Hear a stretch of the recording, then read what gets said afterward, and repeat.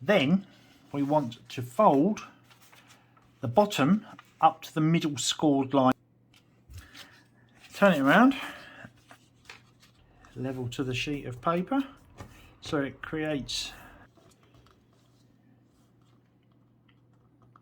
Bring this centre bit 5 flaps. What you want to do now is grab the outer 2, leaving the remaining one alone, to help create the shape of the boat.